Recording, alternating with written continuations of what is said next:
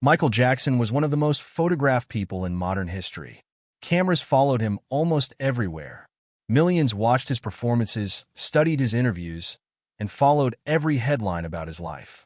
Yet despite being constantly surrounded by cameras, Michael remained incredibly difficult to understand. He rarely showed exactly what he was feeling. Whether he was standing in front of thousands of fans, sitting across from an interviewer, or dealing with one of the most painful periods of his life, Michael often kept his emotions hidden behind the public image of the king of pop. But every once in a while, that image disappeared. There were moments when Michael Jackson stopped being the superstar and simply became a human being. Sometimes it happened during an interview. Sometimes it happened on stage.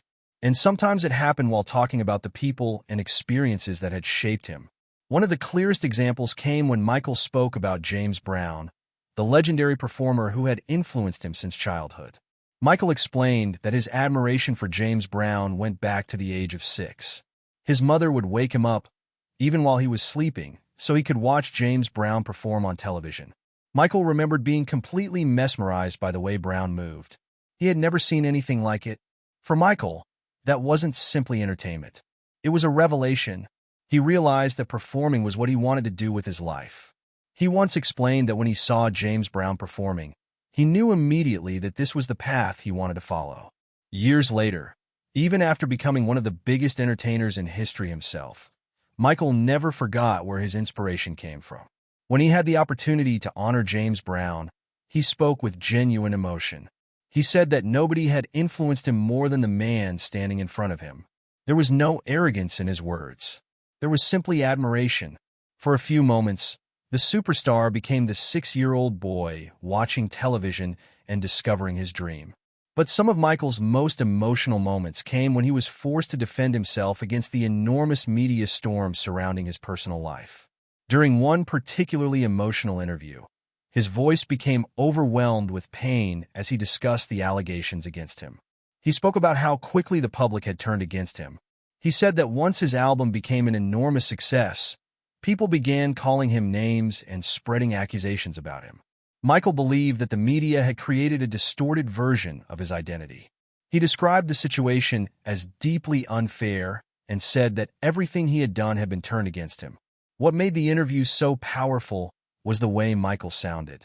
He wasn't speaking like a polished celebrity. He sounded exhausted. He sounded hurt. And, at times, he sounded like someone who simply wanted people to listen. Michael repeatedly emphasized how important children were to him. He said they inspired his music, his dancing, and his desire to make a difference. He explained that when he visited sick children in hospitals, he genuinely wanted to make them happy. He recalled bringing gifts and even arranging special surprises for children. But he also expressed frustration that the media could portray those visits negatively. He felt that no matter what he did, there was always another headline waiting to criticize him. That frustration eventually turned into a direct confrontation with the media. Michael publicly criticized the way the allegations surrounding him had been handled. He asked people not to condemn him before hearing the complete truth. He wanted the public to understand that behind the headlines was a person with emotions, fears, and dignity. He also described the experience of being subjected to a humiliating legal examination during the 1993 investigation. For Michael, it was an intensely private and painful experience. He described it as one of the most humiliating moments of his life. What made the moment especially difficult was that millions of people were watching the story unfold, while Michael had very little control over how he was portrayed. Yet he said that if enduring the experience was necessary to demonstrate his innocence, he would endure it. Then his tone changed. Instead of focusing only on himself, Michael returned to the subject that seemed to matter most to him: children. He said that throughout his life, he had tried to help children live happier lives. He spoke about the pain he felt whenever he saw a child suffering, and he insisted that his love for children came from something deeply personal. He believed that his own childhood had been taken away from him. That idea became one of the most important themes in Michael's public statements. Michael Jackson had grown up working from an extraordinarily young age. While other children were going to school, celebrating birthdays, playing with friends, and experiencing ordinary family life, Michael was performing. His childhood was spent rehearsing, recording, traveling, and appearing on stage. He later explained that there were no normal birthdays or Christmas celebrations. There were no ordinary childhood pleasures. Instead, there was work, there was pressure, and there was the constant expectation to succeed. That childhood left a permanent mark on him. Michael also spoke openly about his relationship with his father, Joe Jackson. In one interview, he described the discipline he experienced as a child. He recalled his father holding a belt during rehearsals and using physical punishment when Michael or his brothers made mistakes. Michael remembered hearing his mother plead with his father to stop. He described being frightened when his father became angry. Even though Michael eventually became one of the most successful entertainers who had ever lived, those childhood memories remained with him. His success could not erase them, and perhaps that is one reason his connection with children became such an important part of his public identity. Michael believed children represented something that adults often lost. In his view, children still possessed innocence, openness, imagination, and the ability to experience happiness without the burdens that adults carried. He became passionate about the importance of family. He criticized parents who were too busy with work or technology to spend meaningful time with their children. He argued that children didn't simply need food, clothing, or education. They needed attention. They needed affection. They needed someone to listen.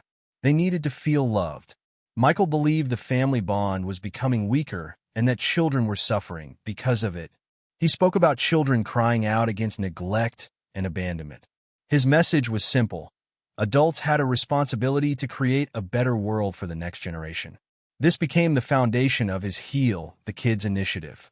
Michael wanted parents to recognize that changing the world didn't always begin with governments or institutions. Sometimes it began at home. It began with a parent sitting down with a child. It began with a family eating together. It began with listening. And it began with showing affection. Michael's own experiences gave these words a deeply personal meaning. He had experienced fame, wealth, and extraordinary success. But none of those things could give him back the childhood he believed he had lost. That may have been why he was so fascinated by children. Being around them reminded him of the childhood he never had. At the same time, Michael's relationship with the media was complicated. He had lived under intense scrutiny for decades. The paparazzi followed him. Tabloids photographed him. Every unusual detail about his appearance became a story. Every strange rumor became another headline. Michael eventually spoke about the nickname Wacko Jacko. He clearly disliked it. He explained that he had feelings and that those words hurt him. He wanted people to call him Michael Jackson, not a caricature created by tabloids. He also argued that celebrities deserve boundaries. He understood that journalists had a job to do. He understood that difficult questions were part of being famous. But he believed there should still be limits. He pointed to the tragic death of Princess Diana as an example of what could happen when the pursuit of a celebrity became relentless. For Michael, fame did not mean that a person stopped being human. The cameras might see a famous performer, but behind the performer was still a person who needed privacy, rest, and dignity. One interviewer challenged Michael directly, suggesting that his unusual clothing, appearance, and lifestyle naturally attracted attention. Michael rejected the idea.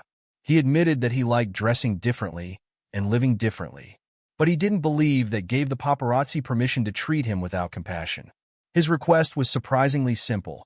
If the press was going to write about him, he wanted them to remember that he had a heart. He wanted kindness. That may have been one of the most revealing things about Michael. Behind the extravagant costumes, the elaborate performances, and the enormous fame was someone who seemed deeply sensitive to criticism. And that sensitivity could be traced back to his childhood. Michael had spent most of his life being watched. He began performing professionally as a child and eventually became famous on a scale that few people could comprehend. Millions knew his face. Millions knew his voice. Millions had opinions about him. But Michael later admitted that he didn't always recognize the strange character the media created around him. He once explained that growing up in front of enormous audiences automatically made his life different. He wanted people to see the person instead of the personality. That distinction was important. The personality was Michael Jackson, the global superstar. The person was a man who had experienced pressure, loneliness, family conflict, success, criticism, and enormous public expectations. And sometimes, When he spoke openly, that person became visible. One of the most emotional examples came during the 1993 Grammy Awards. Janet Jackson presented Michael with the Grammy Legend Award. Her introduction was deeply personal. She told her brother how proud she was of him, how much he had inspired her, and how much she loved him.